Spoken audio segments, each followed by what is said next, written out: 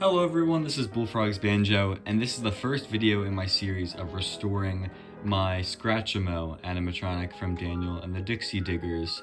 I probably should have started the series with how he looked right when I got him, but I just didn't record anything and I was just doing it. I didn't even know I was doing stuff. I was just cleaning him up and I ended up making him look like this and cleaning him. So basically what I want to show you is kind of his mechanism a little bit, and what I'm going to do with him in the future and stuff like that. So as you can see, all I've done really basically is take off his cosmetics, take off his mask. I've cleaned his mechanism a little bit with a cloth, a paper towel. I've screwed him to a wooden dolly, which I'll show in a second. And I haven't really done much since. I have plans of washing his clothing because they are just kind of like normal clothing, so I'll put them on a cold light cycle and we'll get them washed. They might look a little bit better, but other than that, I'm also working on this shells, but I'll show you that in just 1 second. So let's first talk about it. So this is Scratchmo. He is from the Hershey Park Quintet. There was the 5 animatronics. I did own all 5 of them for about a couple hours, and then I sold them to some friends of mine so that other people could have the cool stuff. Some people aren't fans of that. They think I should have just kept them all. I don't think I should have kept them all. That's a lot of animatronics to fix and work on and keep restored and transport and do all sorts of stuff. So I decided on keeping just one character, and I went between Huck and Scratchmo, but I just ultimately ended on just deciding to get Scratchmo. So I don't know if there's been many photos of this mechanism that have surfaced on the internet and stuff like that, but I wanted to show it a little bit. As you can see here, this arm is really interesting. So it's able, I guess in its default, it would look like this. This is the arm with the trumpet. Now the trumpet arm raises up and down. That's all it does. It goes up and down. These guys aren't super complex, but I don't think the trumpet arm really needs to do much more than that. He raises it up. As you can see here, this piece is just holding it on. That's what this little bolt's doing. But what this piece does is there would be another screw, and it would be like that, and it would basically grasp the trumpet. And I do plan to use it again. I might do something a little bit differently because I'm not a huge fan of this specific way they did it, but I will be doing something similar for the trumpet because I have to get it back on his hand, obviously. I got his wires bent out to look like a hand again. See, they use more of like a bendable, posable wire on this hand because it has to grasp the trumpet, and then this wire is more just a basic hand because there's really not too much to show when he's actually holding when he's playing the trumpet. But so this is this hand, so it goes up and down, right? And then this hand right here is able to go up, preferably probably with the movement of going up with the trumpet. It's able to go forward and out like this. And it also is able to do a little bit of a wave. Now it's a little bit stiff, the cylinder, or at least the flows on it are a little bit stiff. There's some restriction, but it does this movement too. So that's a good amount of stuff for this arm. It's kind of like if he was playing like a banjo or something, he would be able to do that and come out, but now he's able to lift it up. So it's really interesting. I guess some of the thinking is, he'll lift up the trumpet, he'll lift up his arm, he'll be able to just be like this, keeping it low. But then maybe he stops playing and he puts his arm down and he goes, well, hey everybody. He can wave. He can do a pretty cool wave, which is really interesting. Hey everybody, and do a little hello.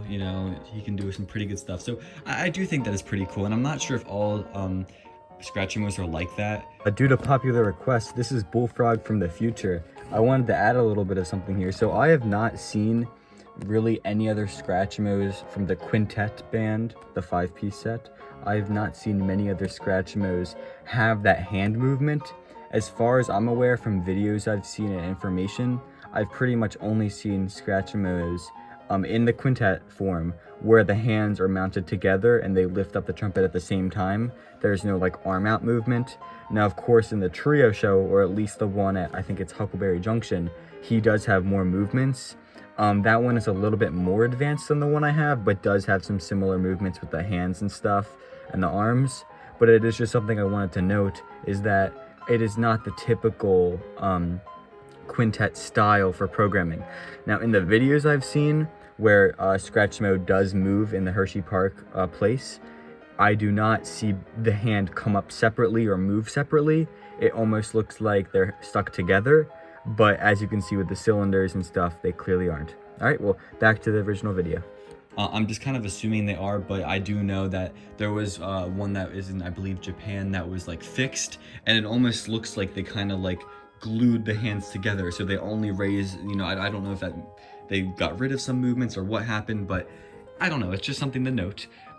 Moving on, we can look at the head turning mechanism here, which is done really interestingly.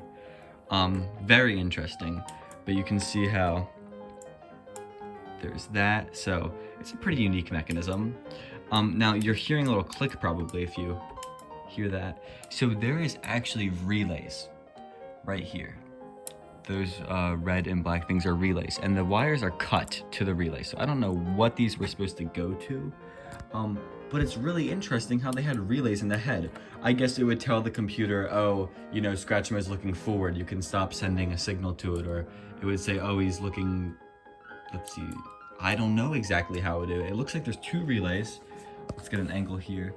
And it looks like they had an adjustable block here, so depending on where it was turned, it would trigger a relay. So maybe it was just saying like, hey, it's turned left, you can stop giving me a signal to turn left. That's probably what it was for.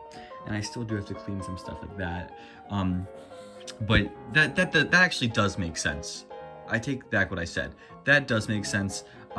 Now, obviously for me, I might just take these out just because I don't want to hear the clicking and I'm never going to use that movement. But it is just something to note. We talked about his arm and how this is how it raises up, which is really interesting. And same thing with that arm, although that arm does have a thicker cylinder because it is carrying more weight. It's carrying the trumpet, something to note. So here's an interesting look at how his body rib movements work, right?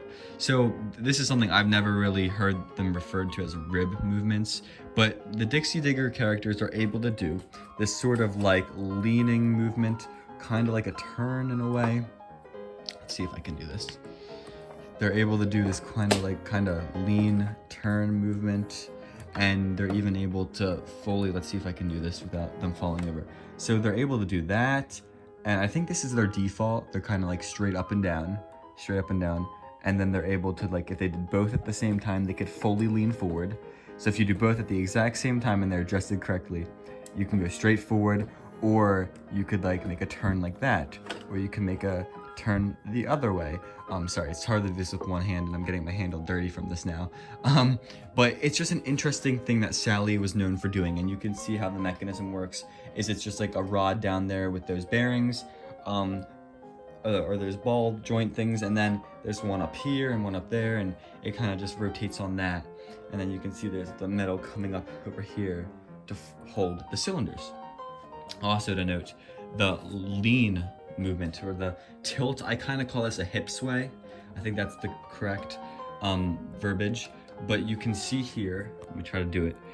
He is able, oh, it's kind of hard to do. He should be able, there we go. He should be able to do a hip swing, right? Which is really actually kind of cool. I think that movement is, it's slow when it's adjusted, but I think it does add a touch that is really nice and needed. Some of the pieces that are involved is keeping hinges here, right? And well, this one obviously is hinged, but it's connecting to a cylinder, but also having a hinge down here. So unfortunately, this guy doesn't have any foot taps or anything, but they do have hinges because when his whole body's rotating and his legs are moving, you need to be able to not have them mounted straight on the ground or else the floor would break. Also something to note, while we're down here, right, is I have this really cool thing that I'm doing where I have these flows, which were a part of him. They were cut, but they were with him, but you can see where the gray and this would go. These flows are basically flows to general parts of the body. You're wondering what that means? Well, let me show you. So basically, there's two main hoses. Now, there's supposed to be one big hose connected to one of those air filters that would be going through that. But I don't have the air filter or anything. It's just not on him for some reason. So I still have to get one of those, but I will be attaching a hose here. But that supplies the main air, and then it goes into both of these, and then it goes up the leg, and then you can see there's valve boards. So right here, we have the tan colored one. And let me see, actually, it might be both. Right here we have the tan colored valve board, and sorry, I know you can't see much. I'm trying to see if it's still, I think it is just tan. So right here, the tan is going to both of these. Now what movements these are, this is the right rib, and then the rest is on this one. Right rib, head left, head right, head nod, sway, stuff like that. Shoulder, arm up, left rib, which is really interesting how those are all down here, right? You can also notice that they have some foam here, which is removable, but the foam's purpose is to add some muffling to the exhausts. So I will keep it there, but it is something to note. I will clean it up because these are kind of dirty. He's also 12 volt, which is something a little unfortunate. I was hoping it would be 24 volt, but you know, you can't complain. And then you can see the corporation logo and some stuff like the date that the board was made. Not sure if the specific, you know, it gives you a time preference for when the character was made, but you can't be exact with that stuff. Maybe it is exact and I just don't know. I don't know. Now moving on, we're gonna go up here, and I showed basically everything down there. There's a little bit of stuff around his neck, but that's just to be expected from all the turning for years and years. I believe he was running for over, I think for about a decade. So maybe 9 years he was running in the parks. He was kind of retrofitted for a little bit. So they were originally the Daniel and the Dixie Diggers, and then they were moved to to a different type. So it's kind of different.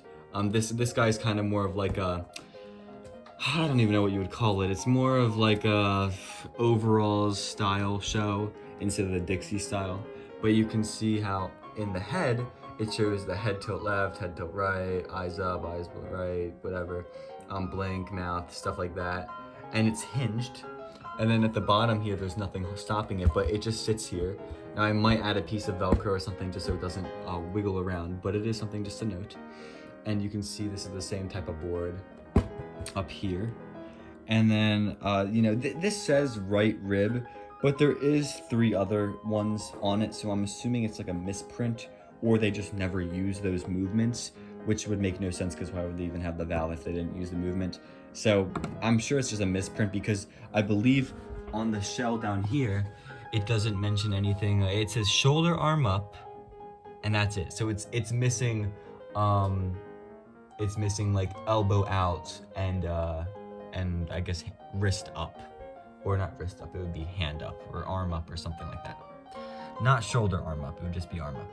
So it is missing a couple things on here, which is obviously, you know, I don't know. But now that we're at the shells, I want to talk about this. So the shells were cracked. It's fragile plastic. There's, you know, it's nothing really to talk too much about, but they're old. I mean, they're old. They've been through a lot. I don't really know the condition that they were in beforehand. You know, like if they were just thrown on the ground in a barn or what. But they were kind of abused, and they were also very old. That's also an excuse, you know. So basically, they were cracked. So what I decided to do is reinforce some of the cracks that were major with this clear weld type of stuff. It basically just hardens, and it's good for plastics and stuff like that. So I've decided to use that, and I am using it, and it's working perfectly fine. It looks a little bit sloppy. I mean, it looks kind of blurry in some spots, but again, you put a costume over it, it doesn't really matter. There's missing chunks of the body shell that are just gone forever. So, you know, I just wanted to fix what was left and help prevent the cracks from worsening or just making things stronger, because the worst part is when the cracks are right on the parts that you screw in. Like for example, right here, this was all cracked. You can see the blurriness around it. These are two major screws. So it was important for me that those were reinforced so that they are less likely to break, and they just look better, you know. It's just good for me to know. Now there's also this piece right here, which attaches here. Now it's missing a piece of it, I believe, but I will be gluing that on next, shortly, probably tonight, and just putting the clear weld over it and getting it back there, because this is an important piece. The piece right here, which is over, let's see, this piece right here is very fragile. It's very thin. You know, these plastic pieces were not made crazily good, unfortunately, but this guy definitely needs some work. and I will try my best to make it work. I might have to drill, I don't think I'll be able to drill new holes or anything, but I'm gonna just try my best to make this work because this piece is a little rickety because it's so close to the mechanism with the arm moving. So if it's a little off-centered or something, it could risk cracking from the movement itself of the animatronic, which we don't want. So we'll just try our best with this one. Right now they're still drying. They're pretty much done, but I'm still letting them dry. But that's that. There's nothing in that leg, that's why the tube's still on it. And I'm sure it's a little dirty in there, but it's fine. It won't really affect anything. And yeah, so I'm gonna end the video now, but this video is kind of just showing what's going on. I'll do a little update video when I'm done some more stuff. And yeah, so thanks for watching this video. Like I said, I'll probably post another video with another update, whether that's airing him up for the first time or putting his cosmetics in the wash or something, because that is something I'll be doing next. Or maybe you'll be making a show tape for him or something, because I will plan on making some custom show tapes from him. I'll probably be like cutting up some audio and adding some dialogue and, you know, stuff like that. So yeah, so thanks for watching this, and I will see you guys in another one of my videos. Peace.